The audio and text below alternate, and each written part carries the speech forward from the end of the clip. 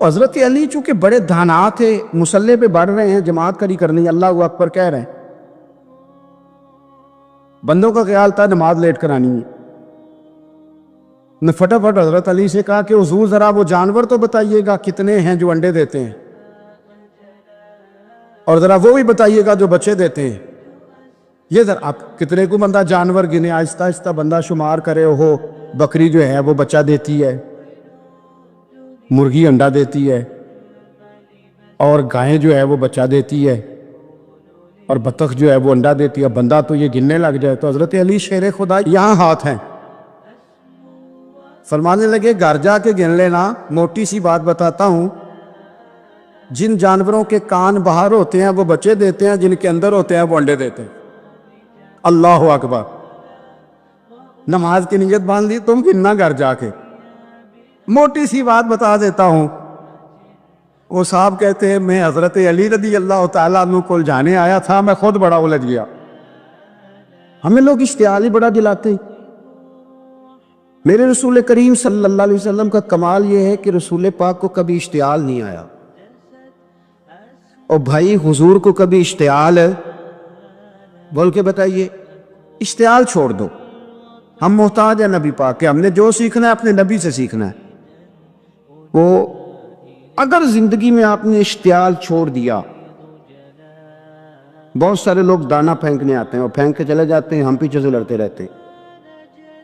اگر آپ اشتعال چھوڑ جائیں،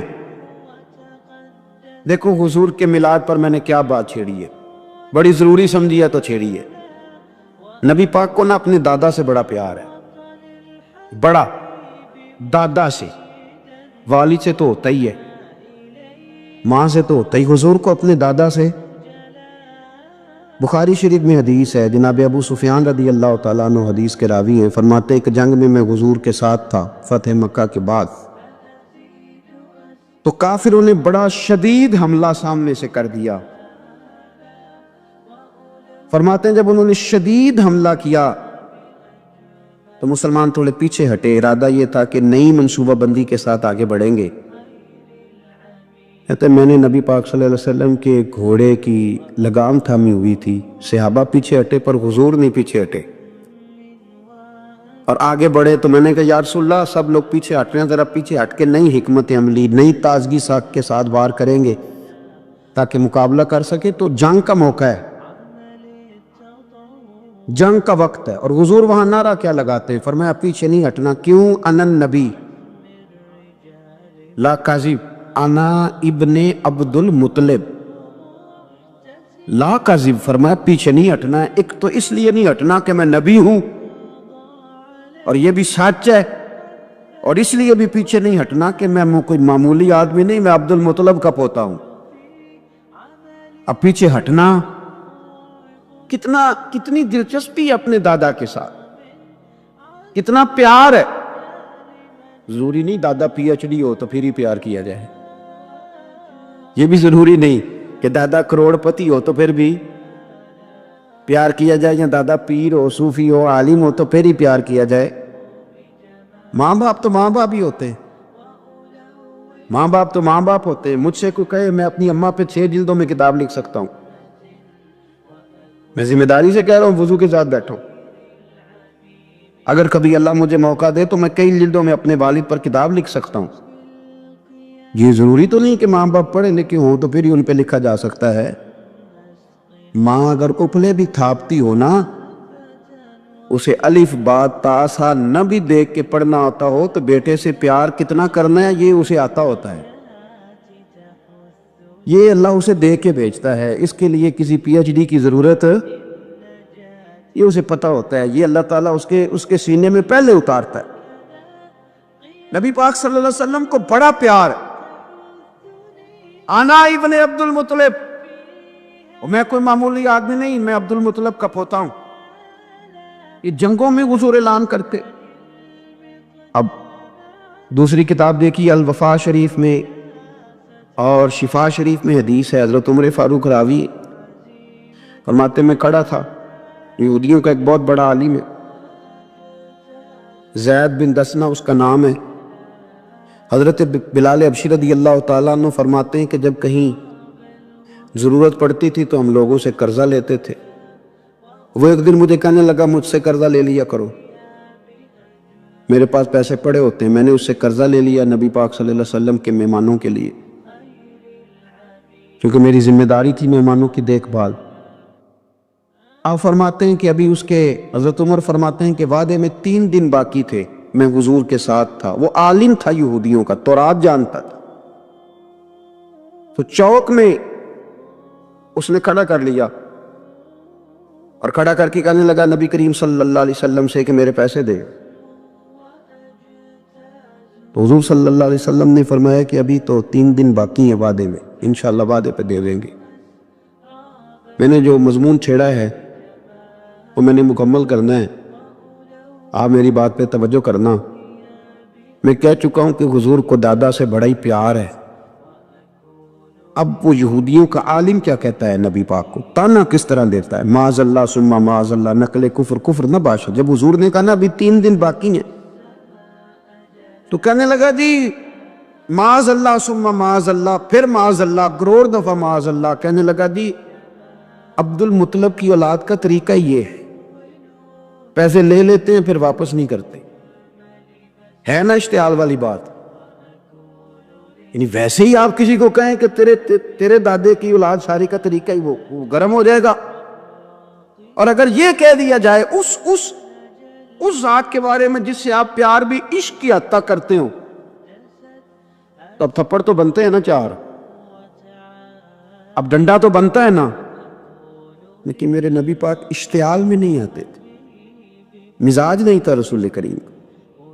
نبی کریم صلی اللہ تعالی علیہ وسلم نے اتنی بڑی بات کر دی کہ حضرت عمر کہتا میں نے یوں کر کے تلوار پہ ہاتھ رکھا، نکال لی نیام سے باہر، گردن اڑاؤں گا اس گستاخ.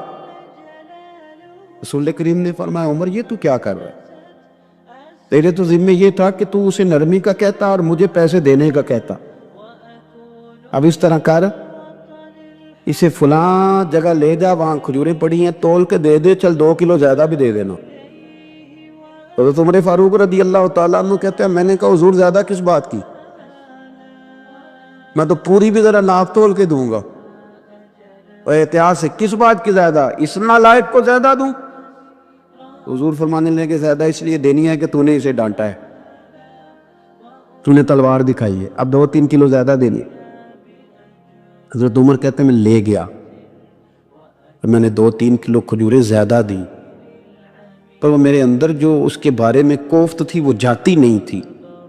میرا دل کرتا تھا کاٹ ڈالوں اسے. اور جب میں نے دے لی نا تو میرے قریب آیا، میرے گھٹنے پہ ہاتھ رکھا. آنسو بڑے قیمتی ہوتے، ایک کبھی نکلتے. کہتے ہیں جب میرے گھٹنے پہ اس نے ہاتھ رکھا تو وہ یہودیوں کا عالم رو پڑا. کہنے لگا عمر تیرا کیا خیال ہے کہ میں بلا وجہ یہ میں نے بات کر دی؟ کہا نہیں، تو روتا کیوں ہے، پہلے بے ادبی کرتا اب روتا ہے. تو کہنے لگا عمر میں کوئی معمولی آدمی نہیں، میں پڑھا لکھا بندہ ہوں، معمولی ہوتا تو جلدی مان جاتا. میں تورات کا، انجیل کا، زبور کا عالم ہوں. میں نے آخری نبی کی ساری صفتیں اپنی کتابوں میں پڑھی ہیں. میں نے ساری باتیں چھپ چھپ کے نبی پاک میں دیکھ لی تھی. ایک بات میں نے حضور کی آزمانی تھی ابھی، وہ یہ تھا کہ نبی پاک کے سامنے جتنی بھی جہالت کرو گے نا، اللہ کے رسول کا حلم اس پر غالب آ جائے گا، حضور کا صبر اس پر غالب آئے گا. میں نے نا آج وہ آزمانا تھا، اور میں نے نا سازش کر کے بلال کو پیسے دیے تھے، اور میں نے سازش کر کے 3 دن پہلے مانگے تھے. پر عمر تجھے مبارک ہو، میں نے تو آزما کے مانا ہے، تو بغیر آزمائے محمد عربی کا غلام بن گیا ہے. اب لے جا، مجھے معافی بھی دلا، اور نبی پاک صلی اللہ علیہ وسلم کی غلامی بھی میرے لیے، اس سند پہ بھی تو میرے ساتھ شامل ہو. زندگی میں اشتعال نہ اپنے آپ کو آنے دے. لوگ دنیا میں باتیں کرنے آئے ہیں، اور باتیں کرنے والے رہ جایا کرتے ہیں. باتیں کرنے والے، میری بات کی سمجھ آ رہی ہے، اور کام کرنے والے وہ کر جاتے. اگر آپ باتوں پہ آپ وقت گزاریں گے تو رہ گئے اشتعال. وکیلوں کو بھی یہاں اشتعال آتا ہے, یہاں ڈاکٹروں کو بھی اشتعال آتا ہے, یہاں فلانے کو بھی اشتعال آتا ہے, یہاں بھئی آپ کس چکر میں پڑ گئے؟ اگر آپ کو اشتعال ہی آنا ہے, آپ دیکھیں نا اہل طائف نے نبی پاک کے ساتھ کیا کیا. تاریخ میں نا کچھ الفاظ ایسے ہیں جو پڑھے نہیں جاتے. جب انہوں نے کہا کہ معاذ اللہ آپ نبی ہیں جو دروازہ گھوم رہے ہیں, آپ نبی ہیں جن کے ساتھ لشکر ہی کوئی نہیں, پیسے ہی کوئی نہیں, آپ ہیں. اتنے سخت جملے, پھر پتھر بھی مارے. اشتعال تو 1.5 منٹ میں آ جاتا بندے کو, اور ہمارے ہاں تو رہ بھی صرف اشتعال ہی گیا ہے. صرف اشتعال ہی ہے, جس کو دیکھو اسے اشتعال ہے. ادھر بھی لڑائی, ادھر بھی دنگا, ادھر بھی فساد. بھئی آپ چھوڑیں. رسول کریم علیہ السلام کو حضرت زید بن حارثہ نے کہا حضور دعا کریں یہ تباہ ہو جائے. نبی پاک نے فرمایا, لفظ حدیث کے فرمایا لم ابعث لعانا, فرمایا میں کو تانے دینے والا بن کے آیا ہوں, میں کو وہ ہوں جو تانا زنی کروں گا, بد دعا دوں گا انہیں. فرمایا انما بعثت ہادیا و رحمہ, فرمایا میں تو رحمت بن کے آیا ہوں اور لوگوں کو ہدایت کا راستہ دکھانے کے لیے آیا ہوں. زندگی میں کبھی بھی اشتعال. ایک بات اور کرنی ہے آپ سے, اس پر بھی آپ نے خاص توجہ کرنی ہے, جو ہمارے لیے سرکار کی محتاجی میں سے خیرات ہم نے لینی ہے, وہ یہ ہے نبی پاک صلی اللہ علیہ وسلم کو نا قرآن مجید نے حریص کہا. اللہ اکبر. یہاں شاید آپ مجھے کہہ دیں تو میں ناراض ہو جاؤں, لیکن قرآن نے کہا حریص علیکم بالمؤمنین رؤوف الرحیم. اللہ کرے کہ ہم قرآن کے الفاظ پر غور کریں. حریص علیکم, اے میرے محبوب کے غلاموں, نبی پاک صلی اللہ علیہ وسلم نا تم پر حریص ہیں, یعنی تمہاری بھلائی چاہنے میں جلدی کرتے. تمہاری بھلائی چاہنے میں یہ ایسے الفاظ ہیں کہ اس سے بڑھ کر میں ان کا معنی نہیں کر سکتا. اگرچہ علماء تفسیر نے حریص علیکم کے کئی معنی بیان فرمایا محبوب کو جلدی ہے. بیٹا بھی اماں سے کہتا ہے اماں آہستہ آہستہ میری ترقی ہوگی نا. اب مرید بھی پیر صاحب سے کہتا ہے حضرت صاحب ہوں میں شروع کرتے لئیے سویرے اٹھتے پہنا تے اے میں ہولی ہولی کر کے داڑھی. مجھے تو خیر بہت سارے کہتے ہیں, اس لیے ایک میرے سنگی ہیں اللہ تعالیٰ انہیں جزائے خیر دے, وہ جنوبی پنجاب سے ہیں تو وہ سرائکی ہیں. اب ہمیں اللہ نے یہ اعزاز دیا ہوتا ہے کہ ہمارے پاس ہر زبان کا بندہ ہوتا ہے, اس لیے کئی دفعہ اپنی زبان بھی گڈ مڈ ہو جاتی ہے, کیونکہ سب سے بات کرنی ہوتی ہے نا جی. تو مجھے کہنے لگے ایک دن فون کر کے پیر صاحب مبارک ہو گئے. میں نے کہا جی خیر مبارک, کیا ہوا؟ کہ میں ان چھوٹی چھوٹی داڑھی رکھ لئی اللہ دے فضل نہ. میں کہا چلو میں تیری مبارک قبول کتی تو مہربانی کری انہوں کھاد شاد باندھا رہی تاکہ تھوڑی بڑی بھی ہو ہی جائے. یہ مبارک ہوئے میں چھوٹی چھوٹی, میں کہا چلو اللہ کریم خیر کرے گا بڑی بھی ہو جائے. حالانکہ داڑھی کا کوئی وزن ہی نہیں ہوتا, کیوں ہوتا ہے نہ چھوٹی کا نہ بڑی کا. اللہ سمجھنے کی توفیق عطا فرمائے. باہر کہ جو بات عرض کرنی ہے اس کی طرف آتا ہوں آپ حضرات سے. حریص علیکم, بھئی ہر بندہ کہتا ہے میں آہستہ آہستہ چلوں گا, لیکن نبی پاک صلی اللہ تعالیٰ علیہ وسلم نے شوق رکھتے میری امت کو جلدی سے خیر ملے, جلدی سے. آپ دیکھیں نا ہم نے نا اصل میں سنی تقریریں, سنانے والوں نے سنا دیں, بس وہ ٹھیک ہے ایک نظام ہے, لیکن کبھی کبھی نا ہم الجھ جاتے ہیں, اڑ جاتے ہیں کہ یار ایسے بھی ہوتا ہے. نبی پاک جلدی کرتے ہیں اپنی امت کو خیر دینے میں, جلدی. حضرت ابو ہریرہ نے حافظہ مانگا تو فٹافٹ دیا حضور. حضرت جابر ابن عبداللہ نے کہا حضور گھر میں غربت ہے تو فرمایا یہ کلو لے جا, کھول کے نہ دیکھنا کھجورے, کھاتا رہنا ختم کوئی نہیں ہوگا. جس نے جو مانگا نا جو ذرا جلدی کر. مرنا ہے پھر قبر میں جانا ہے, پھر قیامت تک قبر میں لیٹنا ہے, پھر قبر سے اٹھنا ہے. وَإِذَا الْقُبُورُ بُعْثِرَتْ عَلِمَتْ نَفْسٌ مَا قَدَّمَتْ وَأَخَّرَتْ, پھر وہاں سے اٹھ کے حساب دینا ہے. حساب کے بعد جنت دوزخ کا فیصلہ ہونا ہے. اور میرے نبی پاک صلی اللہ علیہ وسلم کو بڑا شوق ہے امت جلدی جلدی جنت میں جائے. لہذا فرمایا ابو بکر تو بھی جنتی ہے. حضور وہ قبر، وہ اٹھنا، وہ حساب کتاب، فرمایا میں جانوں اللہ جانے. عمر تو بھی جنتی ہے، عثمان بھی جنتی ہے، علی بھی جنتی ہے، طلحہ بھی جنتی ہے، زبیر بن عوام بھی جنتی ہے، طلحہ بن عبید اللہ بھی جنتی. 10 بندوں کو نہ کھڑے کھڑے جنت. امام حسن اور حسین پیچھے کھیل رہے تھے تو پوچھ لیا کسی نے حضور یہ 10 تو جنتی ہیں، تو فرمایا جو پیچھے ہیں تو کہا سید الشباب اہل الجنہ، یہ جنتی ہیں اور یہ جنتیوں کے سردار ہیں. آپ ذرا پلٹ کے دیکھ لیں کس طرح حضور نے، اور یہ اس شوق کو آپ سمجھے. ہمیں تو شوق ہی کوئی نہیں. اب یقین کریں نہیں شوق، زیادہ سے زیادہ شوق ہوگا تو اپنے بیٹے کے حق میں ہوگا کہ جلدی جوان ہو جائے. اور اس میں بھی ہماری ڈبل لالچ ہوتا ہے کہ بچہ جوان ہو جائے اور میں کبھی بوڑھا بھی نہ ہوں. یہ بھی جوان ہو جائے اور میں بھی جوان ہی رہوں. بھئی یہ تو نہیں نہ ہو سکتا. اگر وہ جوان ہوگا تو پھر آپ کو بوڑھا ہونا پڑے گا، لیکن ہمارا ڈبل لالچ ہے. یہ بھی جوان ہو جائے اور میں بھی جوان ہی رہوں. یہ ہو سکتا؟ نبی پاک صلی اللہ علیہ وسلم نے فرمایا، آپ ذرا غور کریں، فرمایا وہ بیر رومہ ہے جو خرید کے دے دے گا میں اسے جنت کی بشارت دیتا ہوں. فرمایا جو مسجد بنائے گا میں گارنٹی دیتا ہوں اپنے لیے جنت میں مکان بنا لے گا. میرے رسول کریم علیہ الصلوۃ والسلام جنت کو آسان کرتے چلے گئے. فرمایا 2 چیزوں کی ضمانت دے دے، زبان اور شرمگاہ کا غلط استعمال نہ کرنا، میں تجھے گارنٹی دیتا ہوں کہ رب تجھے بغیر حساب کتاب جنت عطا کر دے گا. جلدی کے ساتھ حضور نے یہ شوق پیدا کی. ہمارے ہاں نا ہر معاملے میں تیزی ہے. امیر راتوں رات ہونا ہے، حسین راتوں رات ہونا ہے، اور بادشاہ بھی نیک ذرا آہستہ آہستہ ہو کے کرنا ہے. آہستہ آہستہ آہستہ آہستہ. اور تم ہر بلے مسیطے بہ رہے ہیں تو اور کتے بھئی ہے جی. بھئی مسجد اللہ کا گھر ہے، تیرے گھر بیٹھتے تو 2-3 زیادہ بیٹھتے، تو نے کہنا تھا کوئی اور کام بھی کریا کر. اللہ کے گھر بیٹھے ہیں تو یہاں بھی تجھے اعتراض ہے. کدھر جا کے بیٹھے، کدھر بیٹھے جا کے.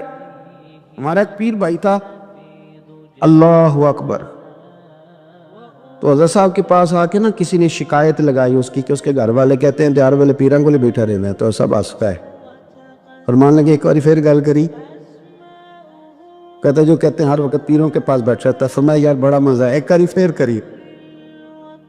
وہ جب حضرت صاحب کو مزہ آتا تھا تو ہمیں مفت میں آنا شروع ہو جاتا تھا. تو یہ تو بڑی بات ہے نا جی کہ کوئی کسی اللہ والے کے پاس بیٹھتا ہے.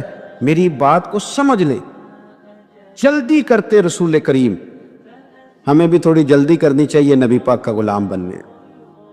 صحابہ نے بڑی جلدی کی. آپ یقین کریں 1 منٹ بھی دائیں بائیں نہیں. بس آج حکم آیا، آج ختم، آج ہی عمل ہوگا. کل پرسوں ترسوں کی بات کوئی نہیں. ساری دنیا جاتی ہے نا مدینہ شریف اور جا کے دیکھتی ہے مسجد قبلتین، 2 قبلوں والی مسجد. یار بڑا مشکل کام ہے، بڑا مشکل کام ہے. لوگ کہتے ہیں پہلے تسی انجان دے سو، اب یہ کہنا شروع کر دیے بڑا مشکل کام ہے. حضور نے 4 رکعتوں والی نماز 2 ادھر منہ کر کے پڑھائی اور پھر 2 رکھتے ہیں. اور یار مشکل ہے کام، بڑا مشکل. یہاں تو میرے بھائی پگڑی کا سٹائل بدل ناراض ہو جاتے. اور میرے رسول کریم صلی اللہ علیہ وسلم نے کعبے کا رخ ہی پھیر لیا تو سلام کے بعد صحابہ نے سوال نہیں کیا. کسی نے پوچھا کل تم نے 2 ادھر پڑھی تھی آج ادھر پڑھی. انہوں نے کہا ہم نے قبلہ نہیں دیکھا، ہم نے تو یہ دیکھا امام کدھر جا رہا ہے. حاجیو آؤ شہنشاہ کا روضہ دیکھو. کعبہ تو دیکھ چکے، اب کعبے کا بھی کعبہ دیکھو. جلدی کرے، وقت بڑا تھوڑا ہے. امام بیہقی کی روایت لائے ہیں، محبوب پاک نے فرمایا میرے امتی نے کسی ذمی کافر کے ساتھ اگر زیادتی کی، وہ ٹیکس دیتا تھا، جزیہ دیتا تھا، ذمی کافر تھا، اور میرے امتی نے اگر اس کے ساتھ زیادتی کی، نبی پاک صلی اللہ علیہ وسلم فرماتے ہیں میں قیامت کے دن اس کافر کے ساتھ مل کر اپنے امتی پر اللہ کی بارگاہ میں مقدمہ دائر کروں گا، میں خود مقدمہ دائر کروں۔ آپ کب بولیں گے؟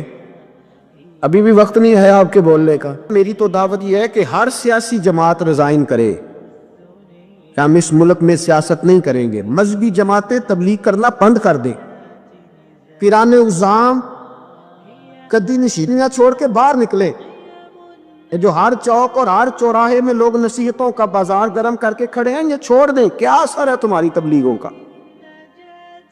کیا مل رہا ہے قوم کو؟ تمہاری گدیاں کیا تزکیہ نفس کر رہی ہیں؟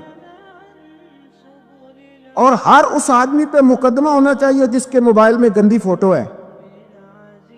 ہر وہ آدمی مجرم ہے جو کند دیکھتا ہے، کند آگے تقسیم کرتا ہے۔ ایسے ہی ایک دو آدمی کا نام لگا کے چپ کر گئے ہو، صبح قیامت کے دن میں مجھے بھی پوچھا جائے گا اور آپ کو بھی پوچھا جائے گا۔ ہر ایک آدمی دوسرے پہ بوجھ ڈال کے خاموش ہو جاتا ہے۔ حکومت نے غلط کیا، حکومت بنوائی کس نے تھی؟ کس نے ووٹ دیا تھا؟ برابر کے شریک ہیں ان کے جرموں میں جو ان کو ٹھپے لگاتے ہیں، چپ کر جاتے ہو تنقید کر کے۔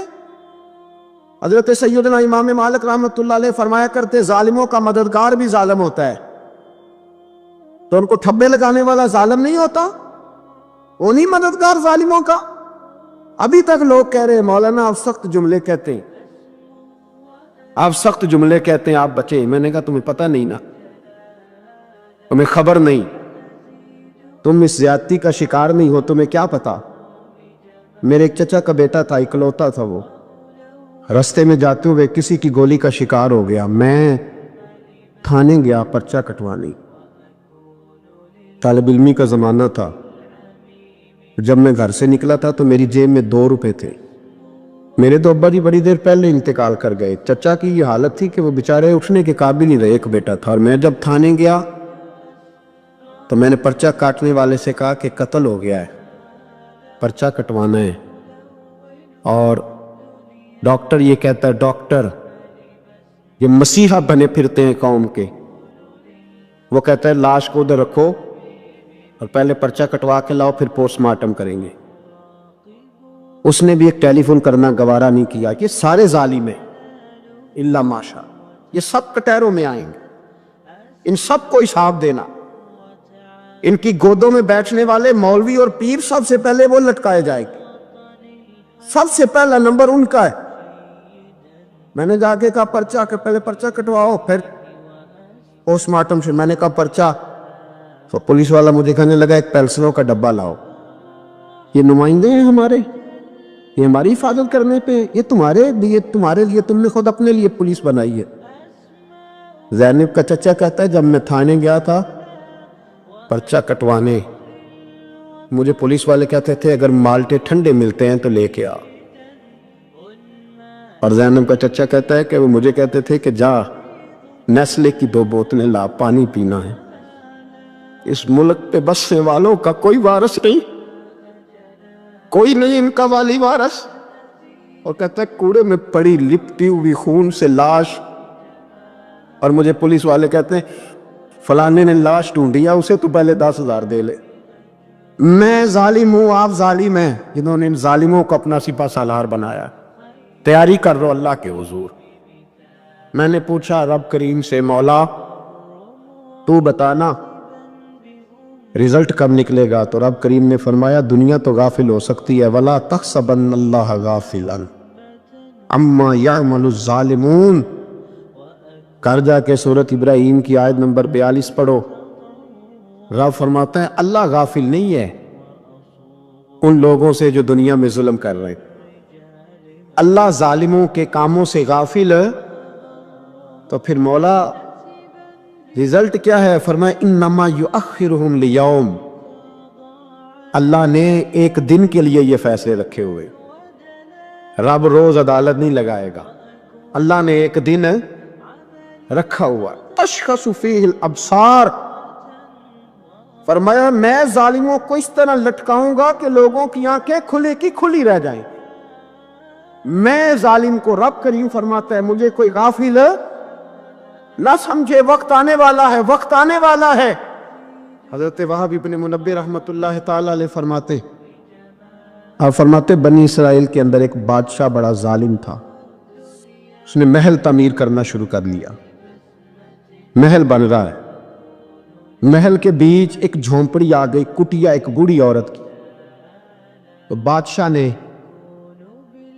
اس بی بی سے کہا کہ یہ کٹیا، یہ جھونپڑی دے دو، میرے محل کا نقشہ خراب ہوتا ہے. بوڑھی کہنے لگی میں بیوہ بھی ہوں، بے اولاد بھی ہوں. جب میں بیاہ کے یہاں آئی تھی تو میرے ابا نے کہا تھا بیٹی تیرا جنازہ نکلنا چاہیے، تو چلو میں پکا ہوا پھل ہوں، تھوڑا وقت رہ گیا ہے، مر جاؤں گی تو تمہارا ہی ہے، میرا کون سا قبالی وارث ہے. چلو زندگی کی جو سانسیں رہ گئی ہیں مجھے یہاں گزار لینے دو. توجہ ہے نا میرے عزیزوں کی، مجھے یہاں گزار لینے دو. پوری منت کرنے لگی. بادشاہ نے کہا نہیں نہیں، تو پیسے لے اور ہمیں خالی کر کے دے جھونپڑی. بادشاہ نے اصرار کیا تو پوری کہنے لگی نہیں میں نے دوں گی. وہ اپنے گھر کے اندر بیٹھ گئی. یوں سمجھ لیجئے کہ بلڈوزر تیار کر کے چھپا دیا گیا. 2 4 5 سپاہی کھڑے کر دیے کہ بوڑھی نے کو ساری زندگی گھر میں تو نہیں نہ بیٹھنا، نکلنا تو ہے نا باہر. جب نکلے نا تو فوراً اس کا مکان گرا دو، 2 4 5 10 مستری اکٹھے لگاؤ، دیوار بنا دو. اس طرح قبضے ہوتے. بوڑھی کچھ دیر تو چمٹی رہی گھر کے ساتھ، پھر اس کو نکلنا بھی تھا. جب اس نے سمجھا کہ امن ہو گیا ہے پھر وہ بوڑھی باہر نکلی. اور جب وہ گئی نا، جب وہ گئی باہر، چند گھنٹوں کے بعد واپس آئی تو جھونپڑی گری ہوئی تھی. گھر کی چھت کے تنکے ہواؤں کے ساتھ بکھرے ہوئے تھے. نیا مکان بن گیا.